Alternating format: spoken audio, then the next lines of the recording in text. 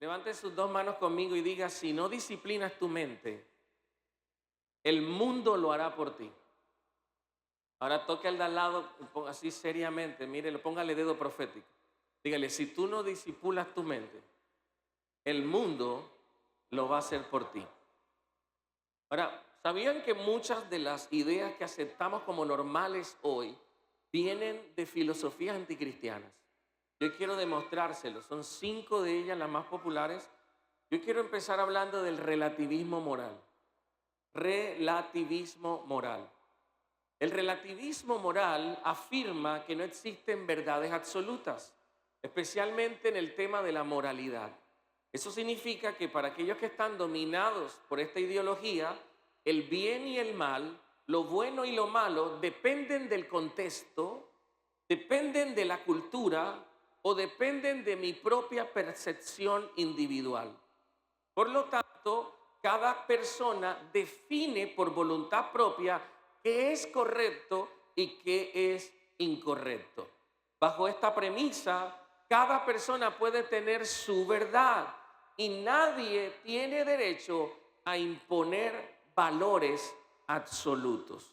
¿De dónde proviene esta ideología, pastor? El relativismo moral no nace en el siglo XXI, tiene raíces filosóficas profundas desde la antigua Grecia, cuando Protágoras decía que el hombre es la medida final de todas las cosas.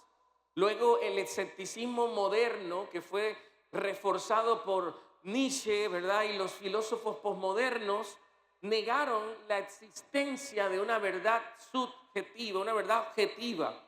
Y ya para finales del siglo XX, cuando empieza el tema de la posmodernidad a asumir la mentalidad de todo, hasta de nuestras filosofías economistas, de nuestra economía, de nuestra manera de ver el mundo, de la forma en cómo hicimos películas, de la forma en cómo hemos hecho marketing, es que la verdad no es otra cosa que una construcción cultural o lingüística. Así que en Valledupar hay una verdad, en Puerto Rico hay una verdad, los costeños tenemos nuestra verdad, los rolos tienen una verdad. Y cuando la verdad es tan relativa, la pregunta es, ¿y quién tiene la razón?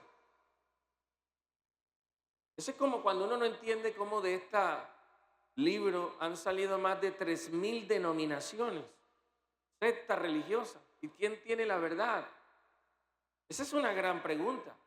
Ahora, ¿cuáles son las implicaciones de esta ideología en nuestra sociedad y en la iglesia? Empecemos con la sociedad. Número 1, se desdibuja el bien y el mal, el concepto del bien y el mal. Porque cuando no hay una verdad absoluta, cuando no hay una verdad radical, sino una verdad objetiva, verdad subjetiva, perdón, se pierde la capacidad de hacer juicios morales sólidos. Lo que es correcto para uno es incorrecto para el otro. Entonces ya no hay una base común para una convivencia ética. ¿Y cuáles son las implicaciones del día a día? Que aumentan las tensiones sociales. Se polarizan los conceptos, como estamos en este momento en Colombia, y por aquel lado no creo en la vida desde la concepción, por este lado estamos los que creemos en la vida desde la concepción. Así que ellos creen en el aborto, yo no creo en el aborto, pero ellos marchan como si fuera una verdad. Y yo lo digo como si fuera una verdad. Y como cada quien tiene que respetar la verdad de nadie, entonces no se sabe en estos tiempos confusos qué es la verdad y qué es la mentira. Por eso el relativismo moral es tremendo. Segundo punto es que se justifica el mal como una elección personal. Bajo el relativismo, acciones tradicionalmente incorrectas como mentir, como robar, como traicionar, puede justificarse con decisiones personales válidas, porque la gente dice hoy, es que yo creo que mientras yo no le haga nada malo a nadie, todo está bien. Mientras yo no afecte a nadie, todo está bien. Así que la prostitución de una jovencita que para pagarse la universidad tiene que prostituirse, tiene que abrir una cuenta de OnlyFans para transmitir desnudo su cuerpo en internet, pero es que ella lo está haciendo por un buen motivo. Eso no es malo, ella no le está haciendo daño a nadie.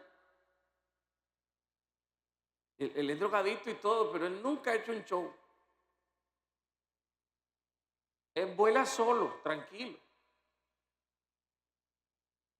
Yo no creo que eso esté mal, porque es que el sistema es así, me toca ser corrupto, me toca pagar por debajo de la cuerda porque las cosas se den. Y yo no hago nada malo, porque yo diezmo de ahí.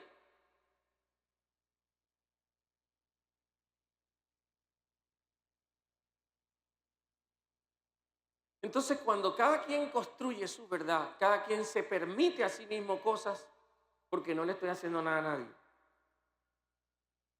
Así se normaliza la corrupción, se normaliza la búsqueda desesperada del placer, se normaliza la violencia, se normaliza la mentira. Así que los delitos dejan de ser malos por sí mismos y se convierten en una opción más, entre tanto esté bien para mí. Lo tercero que sucede en la sociedad es que el relativismo provoca ataque a las instituciones tradicionales. El relativismo ve a la familia, ve a la educación cristiana o a la ley natural como constructos opresivos. Entonces, los jóvenes que van a la universidad y los atapa así, pero de una el relativismo moral, y ya en los bachilleratos se está viendo, entonces la familia es una opresión, la iglesia es una opresión, la educación cristiana es una opresión, mi mamá es una opresora, mi papá es un opresor, porque el relativismo predica que si en verdad queremos ser libres, debemos rebeldizarnos a lo que está establecido como orden en este sistema. ¿Y qué termina pasando? Que los conceptos de matrimonio, de familia, de género, de autoridad, de justicia, de libertad, terminan siendo reconfigurados a mi propia conveniencia.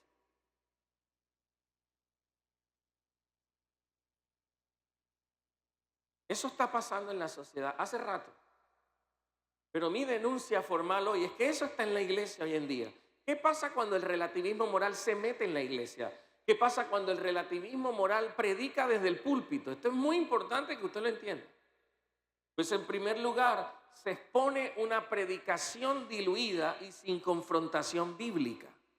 El relativismo dentro de la iglesia lleva a evitar hablar del pecado. Porque aquí no hablan de pecado. No, es que no ofendemos a nadie. Porque Dios es amor. Relativismo moral. Se evita hablar de juicio. Se evita hablar de arrepentimiento por miedo a ofender o a ser considerado intolerante. Y ustedes porque asisten a una iglesia que gracias a Dios es una iglesia bíblica. Pero hay un gran movimiento allá afuera de iglesias completamente controladas filosóficamente por el relativismo moral. Así que sus implicaciones son más que claras. Se predican más mensajes motivacionales que transformacionales. ¿Por qué? Porque se busca agradar más al oyente que a Dios. Y cuando un cristiano posee relativismo moral, que sabe que todo lo que se está haciendo en esa oficina es malo, él sabe que debería denunciar, sabe que debería hacer lo correcto, pero se calla. No hay que ofender.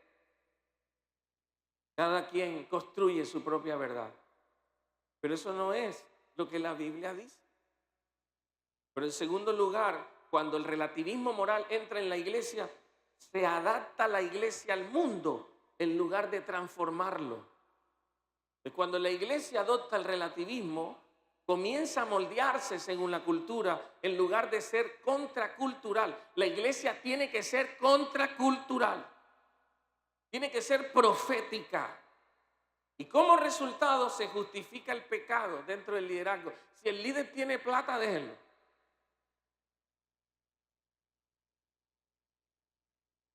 Pero si ustedes son mi iglesia, deberían estar apoyándonos. Tienen un amén de vez en cuando para yo sentirme especial. Esto es peligroso. Porque empiezan a bendecirse conductas antibíblicas como el homosexualismo en el altar. Y hay unos hermanos danzores que tienen problemas serios en esa área. Pero el relativismo moral dice, él está luchando, déjalo. Y en nombre del amor se tolera el pecado. Y se toleran cosas que deben ser denunciadas. Eso es relativismo moral. Pero en tercer lugar, confusión teológica y desconexión de la autoridad de la palabra de Dios. Si no hay una verdad absoluta, ni la Biblia ni Cristo pueden reclamar esa posición exclusiva. Si no hay una verdad absoluta, la Biblia no es la autoridad final. Y si la Biblia no es la autoridad final, la gente hace de los hombres lo que debería darle a la Biblia. Vengan y les explico cómo es que de aquí salen 3.000 religiones. 2.999, porque la de nosotros es aparte. Si esta palabra, que es Dios mismo en la tierra, como se lo expliqué el domingo pasado, si esto no tiene la posición de autoridad final, entonces ustedes tácitamente me la dan a mí. Y es ahí cuando el líder religioso empieza a inventarse locuras. Y como tiene la Biblia en el púlpito, no significa que la tenga en la boca y en el corazón. Así se crea la religión. Cuando le quitamos la posición de autoridad final a la Biblia y se la damos a los hombres o a las instituciones religiosas, la iglesia no puede tener más poder que la palabra. Un líder religioso, sea papa, pastor, apóstol, profeta, lo que te dé la gana, si no me predica con la palabra, no debe tener autoridad. Pero hay iglesias donde lo que se hace es lo que dice el apóstol, no lo que dice la Biblia. Se hace lo que se dice la iglesia con el papado, con el colegio cardenálico, pero no lo que dice la Biblia. Y esa es la fuente de toda religión. Quita a Dios de su lugar y los hombres lo ocuparán. Pero ¿qué dice nuestra cosmovisión bíblica al respecto? Que Dios, solo Él, y por medio de su palabra, es la fuente de toda verdad objetiva y moral. Por lo tanto, la Escritura, solo ella, revela lo que es bueno y justo, independientemente de la opinión humana. Si el pastor me está diciendo que haga algo, pero no tiene fundamento bíblico, qué pena con él. Yo creo que mi Biblia, la palabra, es la autoridad final en mi vida. Eso es como visión bíblica. Y cuando eso no está, los hombres empiezan a hacer de las suyas. Y esta fue la profecía que Isaías empezó a denunciar, Isaías 5:20, qué aflicción para los que dicen que lo malo es bueno y lo bueno es malo, que la oscuridad es luz y la luz es oscuridad, que lo amargo es dulce y que lo dulce es amargo. Qué aflicción para los que se creen sabios en su propia opinión y se consideran muy inteligentes. Pero un verdadero cristiano sabe que posee una verdad absoluta, que es la palabra de Dios. Así que ante la pregunta, ¿cómo sé que esto es bueno o malo, pastor? ¿Cómo sé que esta relación es buena o mala? ¿Cómo sé que este trabajo, como la forma en que lo estoy haciendo, es bueno o malo? Es decir, ¿cómo sabes tú para cualquier pregunta o duda que tengas existencial sobre qué es bueno, qué es malo, qué es justo, qué es injusto, qué es correcto o qué es incorrecto? Consulta la palabra. Porque si usted le pregunta a su carne entre lo que es bueno o lo que es malo, se va a acostar con su novio. Va a ser un adúltero. La carne no puede definirnos porque el ser humano no se autorregula ni se autodefine.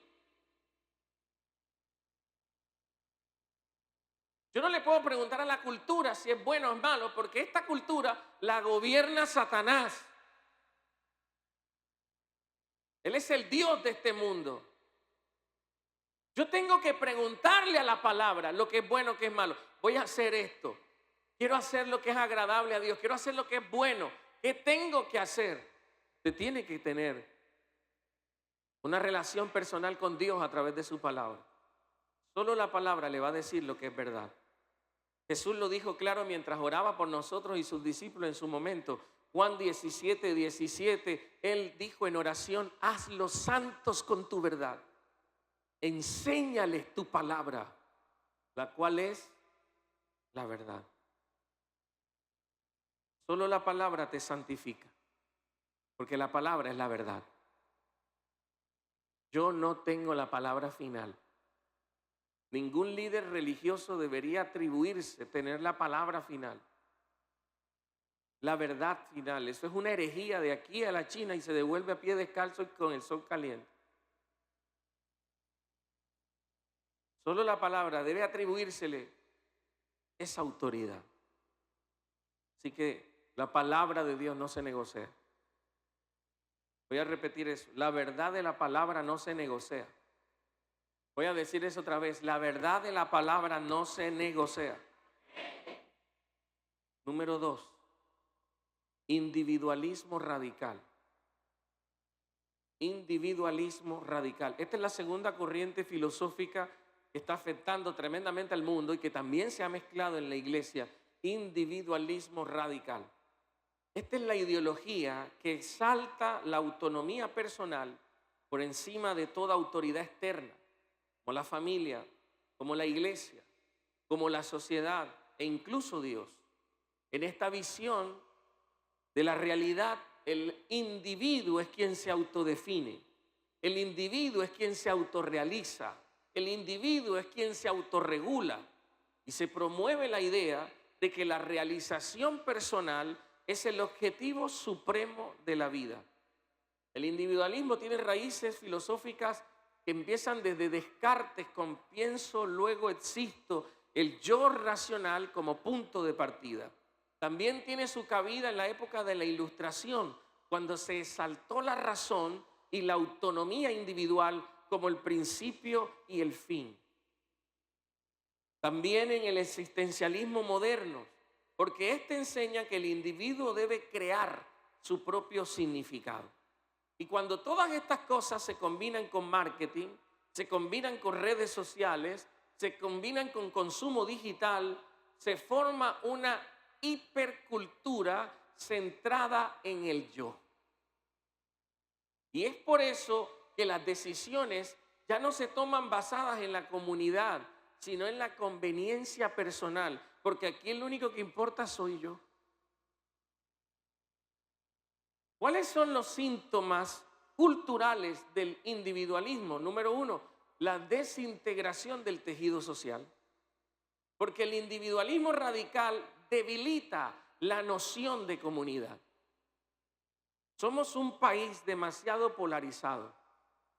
Somos un país que no tenemos noción de patriotismo. De patriota el colombiano no tiene nada. Aquí cada quien jala para su propio lado. Aquí conviene mi bolsillo, no el progreso de mi país. Eso es producto del individualismo radical. La vida con otros, el bien colectivo, los compromisos mutuos pasan a segundo plano porque lo más importante soy yo y mis necesidades. ¿Y qué es lo que implica esto? Que tenemos generacionalmente las personas que practican el mayor aislamiento social desde el principio de los tiempos.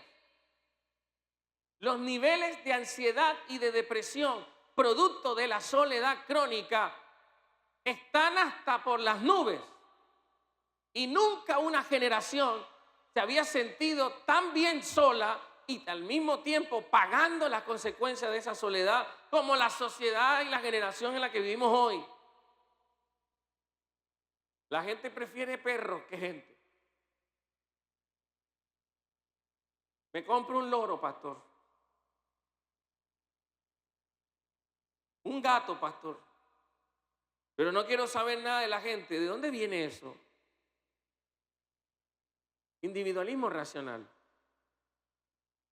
Nuestros abuelos, pregúntale, tenían de 10 pelados.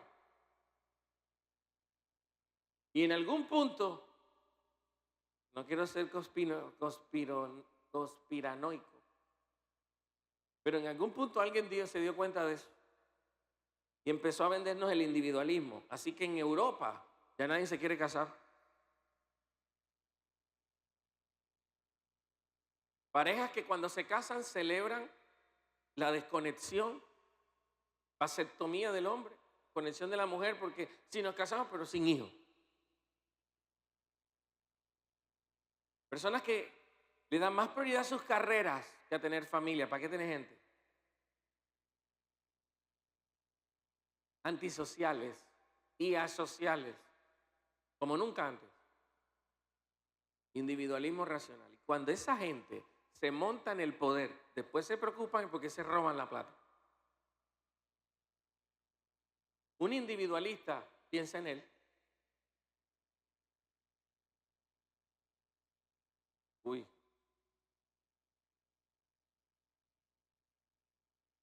Así que una de las razones por las que vivimos en una ciudad, en una sociedad donde las personas priorizan sus deseos, incluso si eso daña relaciones, compromisos o estructuras sociales, es una generación que claramente está gobernada por esta filosofía de vida.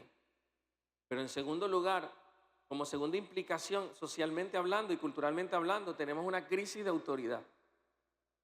Cuando el individuo se autorregula, cuando el individuo se automanda, el individuo se erige como fuente de su propia verdad. Por lo tanto, la autoridad de los padres, la autoridad de los maestros, la autoridad de las leyes, incluso la autoridad biológica, es cuestionada si no se alinea con mi autopercepción. ¿Y qué implica eso? Estamos viviendo en una generación que ha dicho de sí misma que tiene la libertad de escoger hasta de qué género es.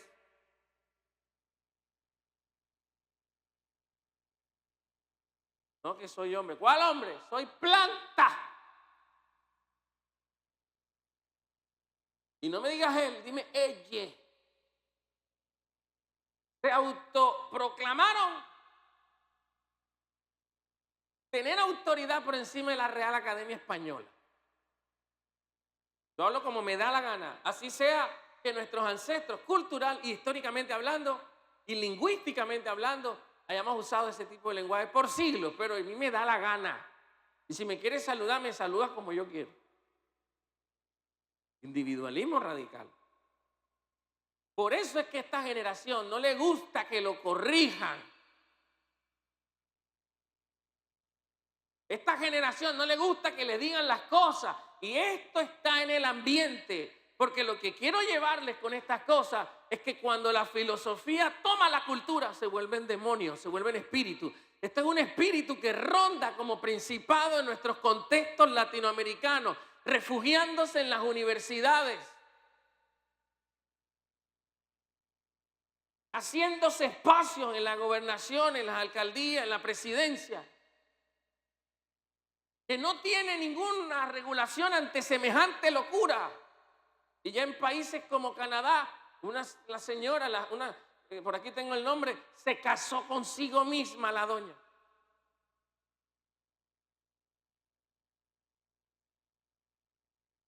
Me caso conmigo y punto. No, doña, lo que pasa es que no puedo casarla porque tiene que ser con otro. Entonces demando. Y las leyes cambiaron porque ella tiene derecho, porque ella se autopercibe enamorada de ella. Está el tipo que se casó con una vaca porque él se autopercibe toro. Imagínate tú si yo voy con una banderilla. Pero hasta lo irracional ha llegado este tema del individualismo racional. Y como esto está revuelto con el relativismo moral, pues no le podemos decir nada porque si es ofensivo, cada quien construye su propia verdad. Bajo esta ideología, las frases más populares son: yo soy mi propio Dios.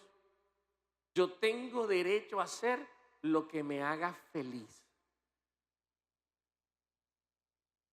Ok, pero ¿qué sucede cuando el individualismo radical se mete en la iglesia? Porque cool que esté por allá.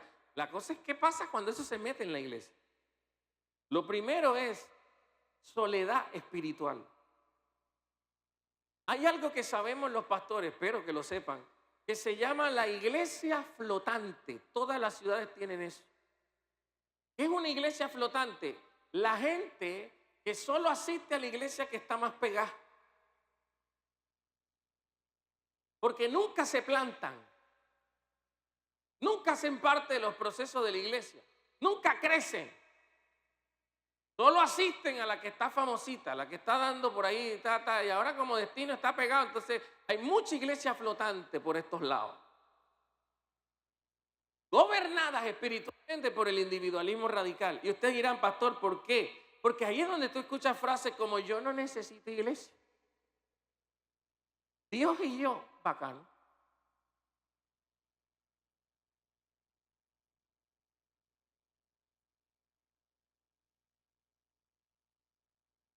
Me convierto en un ermitaño espiritual. Estoy solo espiritualmente. Yo solo leo la Biblia, yo solo oro. Y si llego a la iglesia no me saludo con nadie. ¿Y qué? Y esta es mi silla. Y cuidado que algún servidor lo mueva de ahí. Individualismo radical. Pero, ¿qué es lo que sucede bíblicamente con eso? Que usted nunca va a crecer. Porque el crecimiento espiritual lo da cuando usted se planta en un lugar y se somete a lo que Dios está revelando en ese lugar. Si usted no aprende a romper con el individualismo y a hacer comunidad, usted no puede hacer iglesia, porque iglesia somos el cuerpo de Cristo, personas multirraciales, de múltiples contextos sociales, que hemos decidido rebajarnos, humillarnos, para que con mi hermano hacer iglesia en esta tierra, aleluya. Si no tengo esa mentalidad, no soy iglesia, y cuando Cristo venga te queda, porque Él viene por una iglesia unida, viene por una iglesia que sirve unida, que trabaja unida. Sin visión de comunidad, usted no va a poder crecer espiritualmente, porque entre más aislado usted esté de las demás personas, más lento será su desarrollo espiritual. Y yo soy pastor, yo veo lo que eso sucede. Por eso la gente que está en casa destino crece más rápido, porque está haciendo iglesia, está trabajando en comunidad. Pero cuando, número 2, el individualismo radical entra en la iglesia, prevalece el orgullo, porque el individualismo es orgulloso. El individualismo radical como espíritu y como corriente filosófica levanta al yo como un ídolo que no se puede confrontar.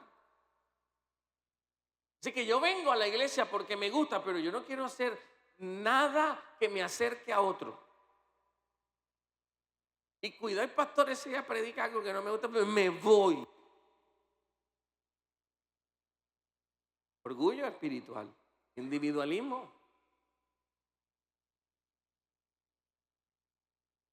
Pero en tercer lugar hay una negativa a rendir cuentas. Cuando el individualismo se mete en la iglesia, se desafía la autoridad. Y la gente dice, ¿yo por qué tengo que dar cuenta? Yo no me permito que nada ni nadie me corrija. Y resulta que para usted crecer espiritualmente, usted se tiene que someter. Resulta que para usted crecer espiritualmente, usted tiene que estar bajo la cobertura de una mujer o de un hombre de Dios. Porque permitir que otras personas con experiencia espiritual te eduquen es lo que tú necesitas. Hay gente en esta iglesia que ya pasó por lo que tú estás pasando. Tú necesitas de esa sabiduría. Por eso los humildes crecen, los orgullosos se secan. Hay gente aquí que espiritualmente ya está donde tú quisieras estar. Deberías estar ahí.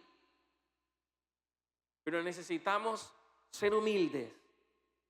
Necesitamos aprender a someternos a las autoridades. Necesitamos permitir que se nos metan en la vida. Y otros necesitan permitir que hagamos lo mismo. Si no lo hacemos, no vamos a crecer.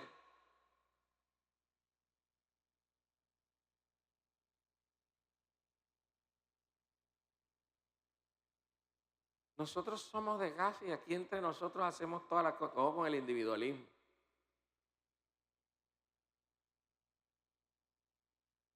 Pero ¿qué dice la cosmovisión bíblica al respecto? Primera de Corintios capítulo 10, el versículo 24.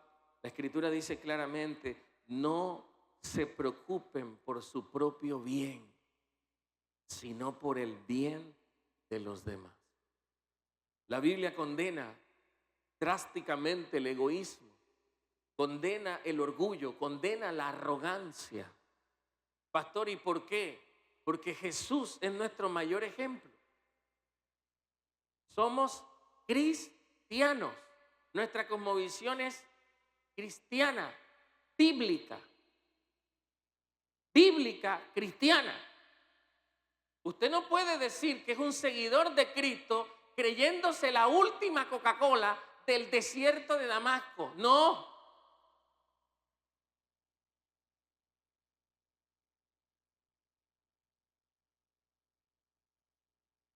Que nadie me toque ni me salude, nada más el pastor. ¿Qué te digo, hija? Devuélvete y tú tu perfume Chanel. Esa no es la voluntad de Dios para ninguno de nosotros que están aquí. Yo le estoy creyendo a Dios por una mega iglesia de gente de todos los estratos sociales, porque tiene que ser así. ¿Cómo voy a ayudar a la gente pobre a que Dios las bendiga si no las tenemos? Pero entonces usted la está recibiendo en la iglesia. Espero que los servidores no hagan eso. Yo espero que mis valores desde que fundamos esta iglesia se sigan sosteniendo. Aquí nadie guarda silla. Aquí nadie es más importante que el otro. Obvio si hay gente más fina que otro, obvio, eso sí. El hermano huele raro. Cómprele el desodorante. No tiene perfume. Hay unas hermanas aquí que tienen revista de todo. Cómprele uno. Pero ella está hablando. Le falta un retoque a esa hermana. ¡Retócala!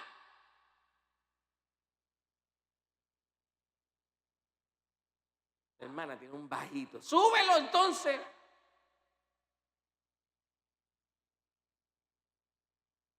Porque eso es individualismo radical, el que solo me preocupe por mí. ¿Cómo vamos a hacer iglesia si no donamos mercados para ayudar a la gente? Es que eso no tiene lógica. ¿Cómo vamos a decir que somos cristianos si ni siquiera llevamos un mercadito a la gente necesitada? Eso es individualismo radical. La iglesia tiene que ser generosa y llegarán días que esta iglesia tendrá camiones, mulas completas, llevando por todo el Cesar, por toda la costa. Vamos a hacer el movimiento de generosidad más grande del departamento del Cesar. ¡Que viva Agape! Todo el que sirva ahí, gloria al Señor por ello. Cuando empezamos la iglesia, supe que tenía que hacerlo. ¿Por qué? Porque yo, no me da vergüenza decirlo, yo como muy bien. Pura carnecita. Ayer mi esposa me mandó un pescado. Yo digo, soy un hombre bendecido. Oré por el pescado y le dije, cierra el ojo que te va limón.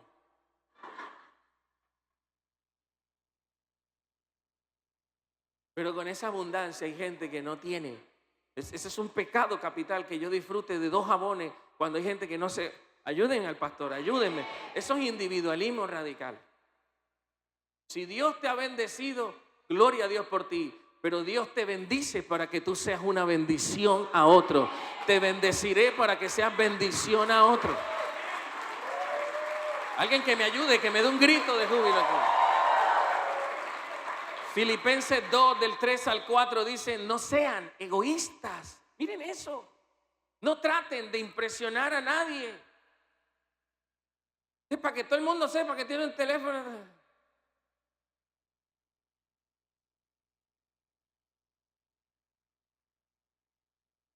Deja de metemono. El metemono y el cristianismo son incoherentes. No traten de impresionar a nadie. Sean humildes. Es decir, considerando a los demás como mejores que ustedes. Ella mejor que yo. Jamás. Tú eres cristiana. Tú eres cristiano. Sé coherente. Es fácil, pastor, obvio, porque todo tu contexto, toda tu familia, toda tu realidad, todo lo que nos rodea es individualista. Todo el mundo es individualista. Pero tenemos que humillarnos. Versículo 4 dice, no se ocupen solo de sus propios intereses, sino también procuren interesarse en los demás. Imagínate que a fulana y qué, eso a mí no me interesa. Ojo. En la Biblia nos enseña a ser humildes. Un cristiano que practique el individualismo radical no es coherente con lo que la Biblia dice. Amado, Jesús lavó los pies mojosos de sus discípulos. Yo me quito a veces los zapatos y me da cosa verme los pies. Y en esa época lo que había era polvorín, todavía hay. Jesús pisaba calles de oro. Alguien que me diga amén. Y vino a ensuciarse. Y luego dijo, yo te lo lavo a ti, Pedro. Y Pedro le dijo, Señor, tú lavame a mí. Nunca. Y Jesús le dijo, como no te dejes lavar, no entras en el cielo. Báñame si quieres. Pedro era terrible, individualista, radical. Ayúdenme. Pero piensen en esto. Jesús todo lo que hizo en la tierra lo pudo hacer solo. Sin embargo, se buscó gente. La Biblia no dice que cualquier milagro que hizo Jesús lo hizo con ayuda de los discípulos. Jesús pudo haber convertido el agua en vino sin ellos, pudo haber caminado sobre el mar sin ellos, pudo haber multiplicado los panes sin ellos, pudo haber resucitado a Lázaro sin ellos. Todo el ministerio de Jesús fue él solo y aún así escogió estar acompañado. Ese es un mensaje tremendo que le dice a nosotros los creyentes. Él pudo caminar de aldea a aldea solo. Así como escogió Juan el Bautista, el tipo se perdía, era un loco. Pero él decidió. Marcos 3:13 dice, tiempo después Jesús subió a un monte y llamó a los que quería que lo acompañaran. ¿Qué hace Dios hecho carne? Buscando compañía. Dándote una lección de individualismo. Dándote una lección de humildad.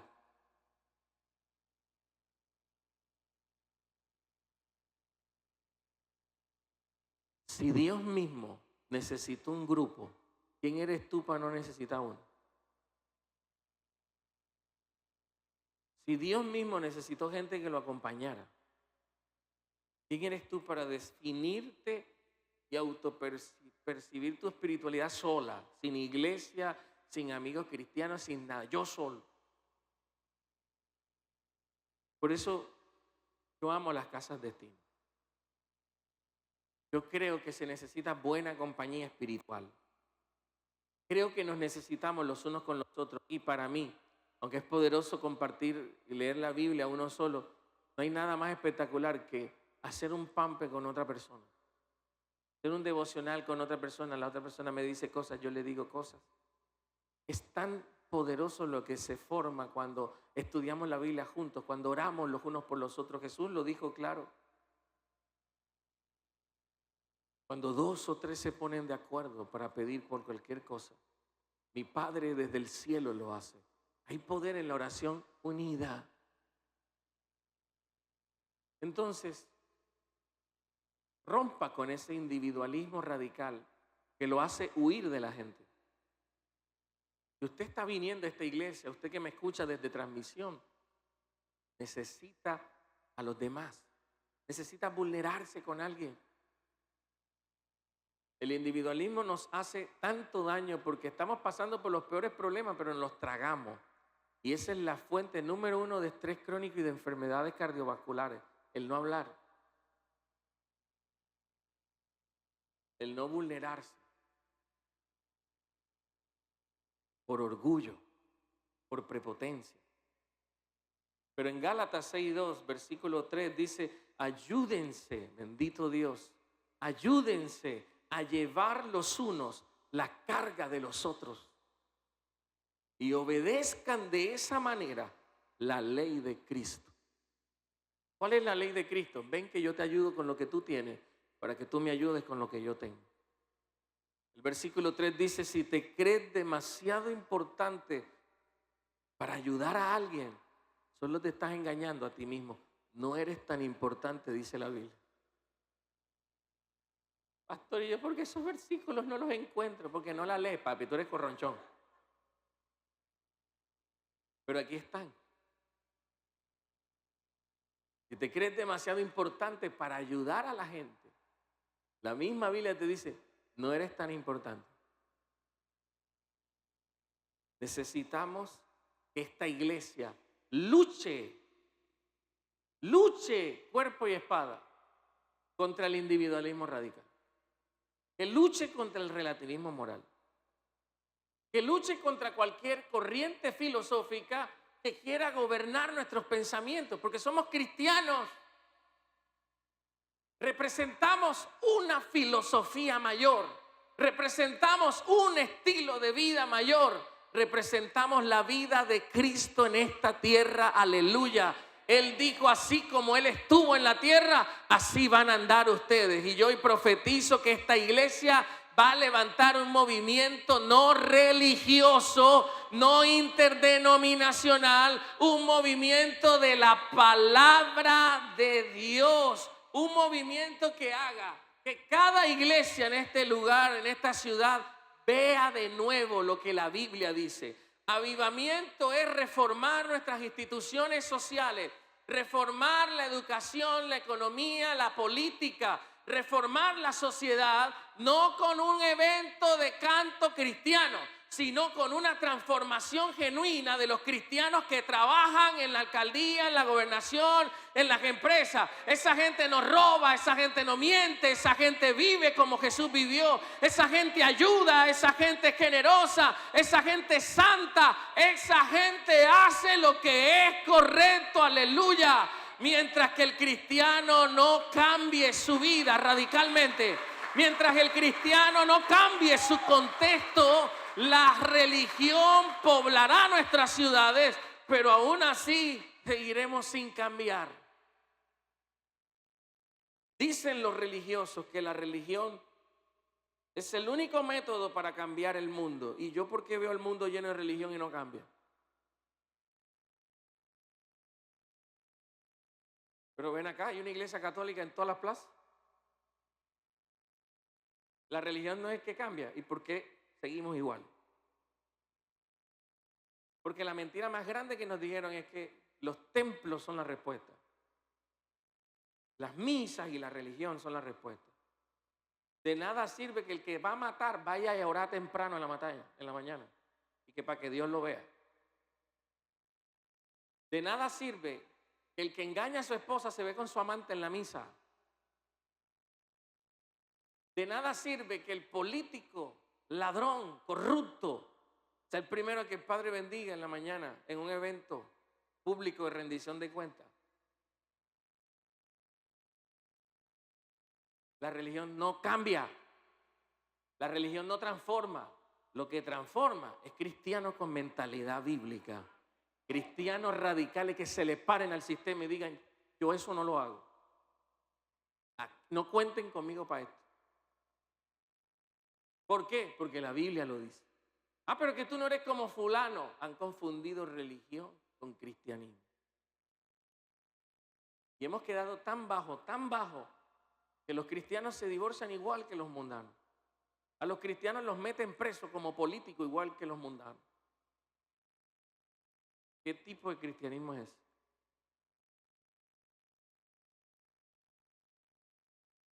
Es un cristianismo sin cosmovisión bíblica.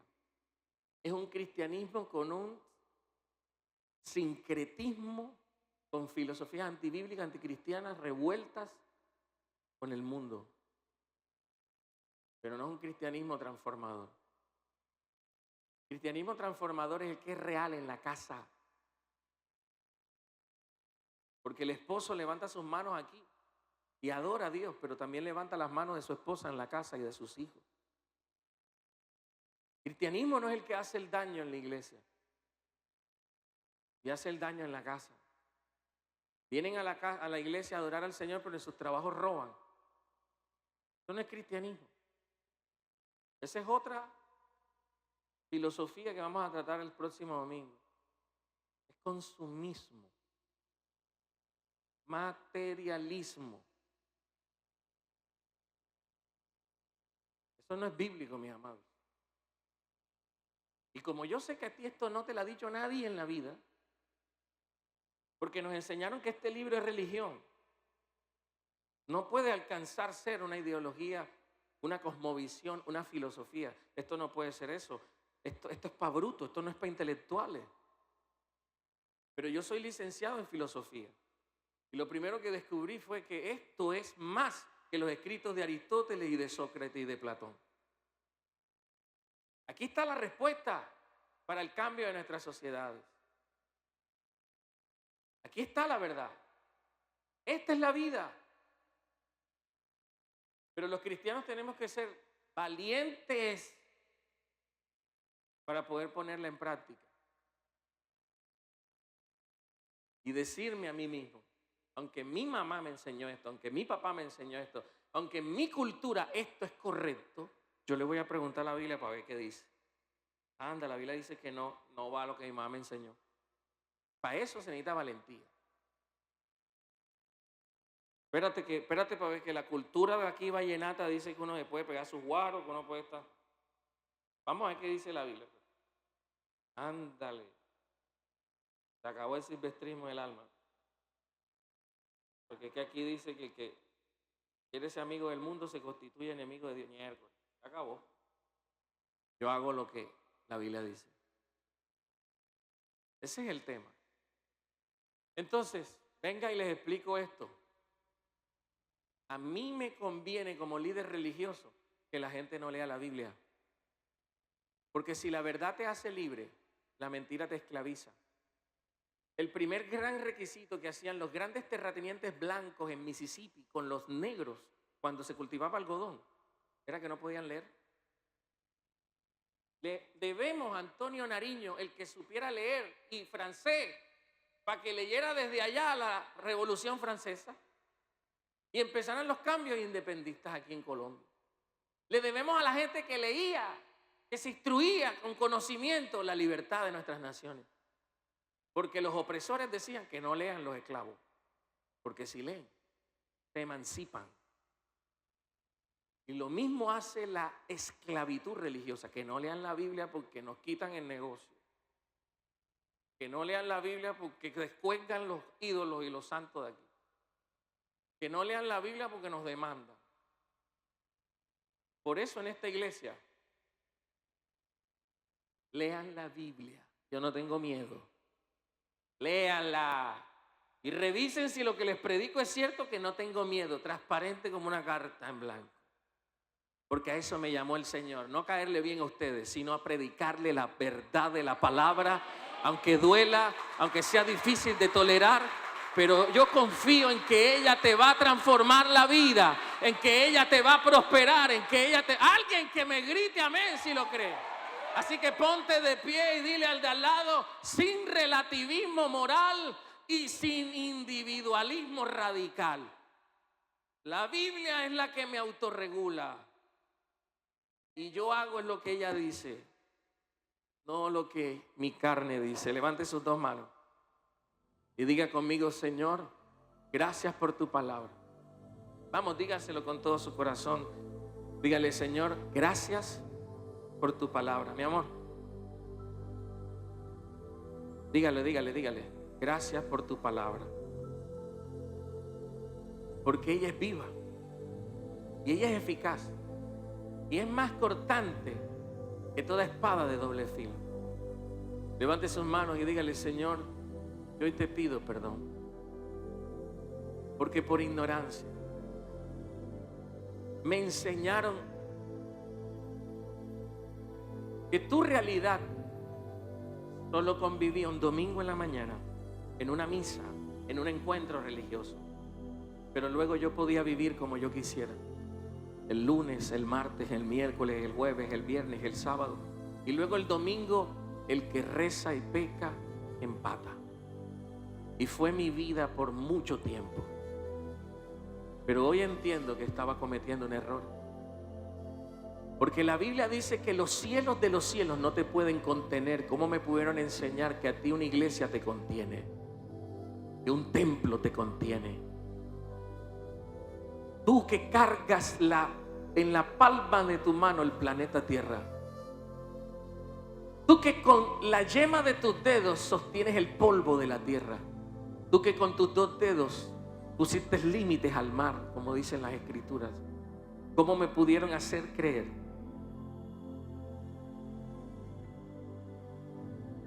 que tú vivías en un templo, en una catedral, en una iglesia? Así que pensaba que cuando me iba de la iglesia te dejaba ahí y yo era libre de hacer con mi vida lo que me diera la gana. Me enseñaron mal.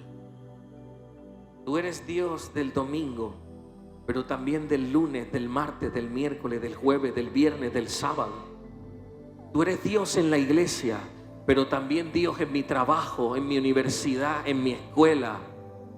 Tú eres Dios en la iglesia, pero también eres Dios en la calle. Eres Dios en el centro, eres Dios en el terminal, en el aeropuerto, eres Dios en cualquier lugar. Tú eres omnipresente, tú estás en mí, tú estás en mí.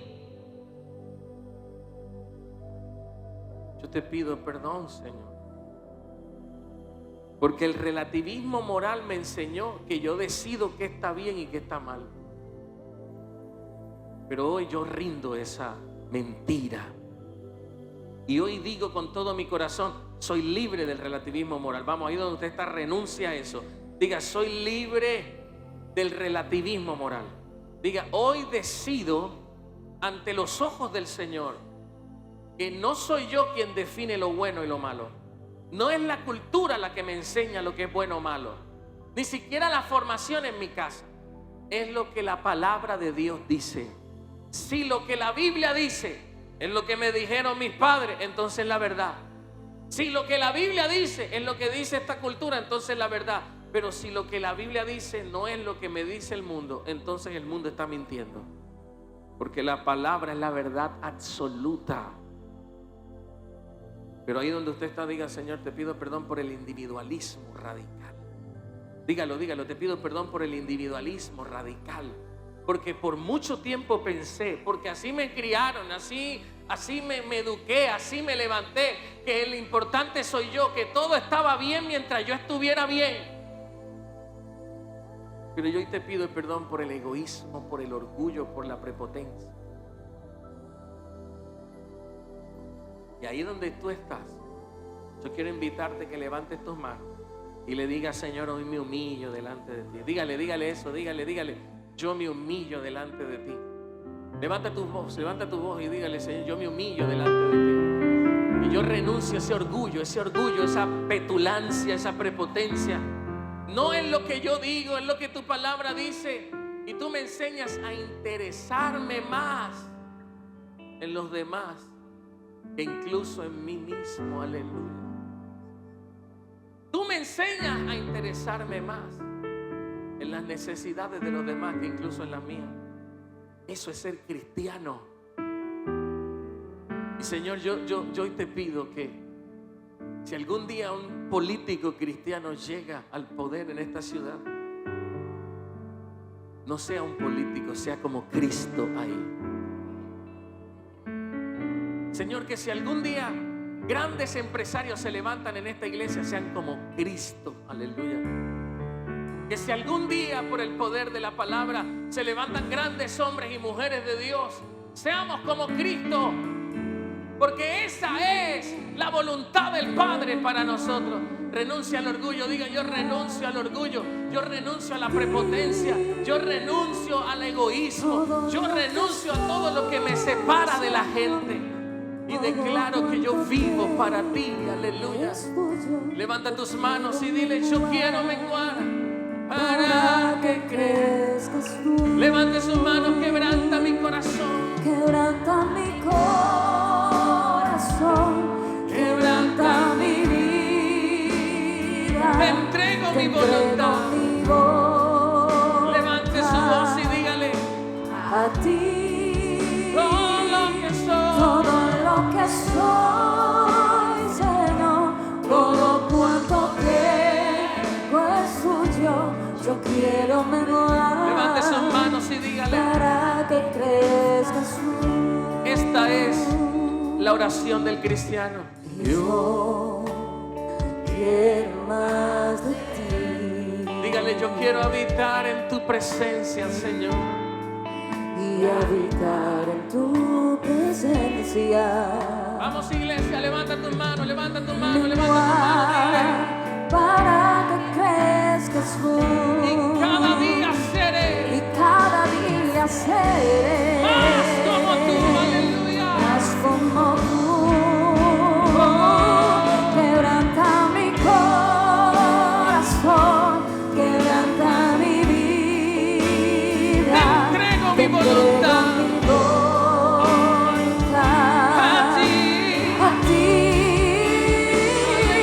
todo lo que soy, Señor, todo cuanto tengo es tuyo.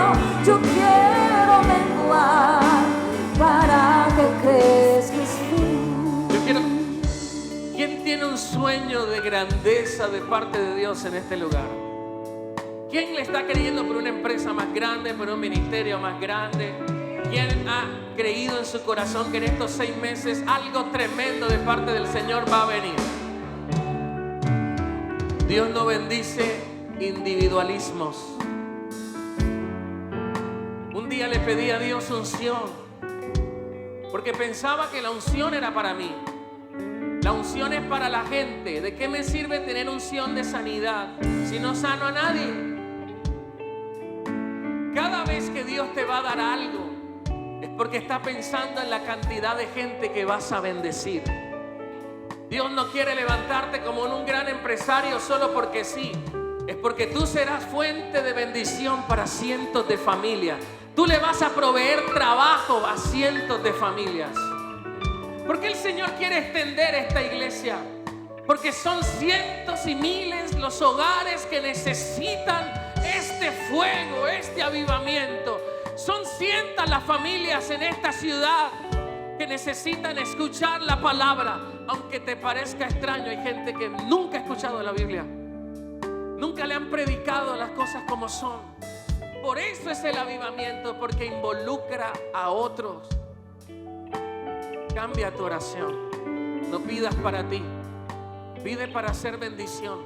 Y antes de que termine este año, el Señor te va a engrandecer, el Señor te va a bendecir. No pienses en los tuyos, en tu casa. No pienses en las cosas económicas que te puedan bendecir a ti. Te doy un consejo porque me ha funcionado siempre. Piensa quién vas a bendecir. Incluso ora por esas personas. Y de repente la bendición de Dios empezará a fluir sobre tu vida. Porque tu Dios no es egoísta. Tu Dios no es solitario. Tu Dios no es individualista. Tu Dios es generoso. Tu Dios es amoroso. Tu Dios piensa en los demás. Por eso envió a su Hijo. Piensa en eso. Envió a su Hijo, a su único Hijo, por morir por extraños. Pero esa es la mente y el corazón de Dios. Si tu corazón palpita a favor de los demás, el Señor te va a bendecir. El Señor te va a prosperar. Y Señor, yo te pido que se levante en esta iglesia una generación de hombres y mujeres tremendos, generosos, amorosos, que emulen a Cristo. Que su moralidad no esté basado en lo que dice el sistema, sino basado en lo que la palabra de Dios dice. Que te confíen la vida misma a ti y que mueran cada día sus vidas, que mengüen para que tú seas formado en ellos, en el nombre de Jesús. Si tú lo crees, levanta tus manos y dile por última vez: quebranta mi corazón, aleluya. Quebranta mi corazón, Vamos, díselo, díselo, díselo. quebranta mi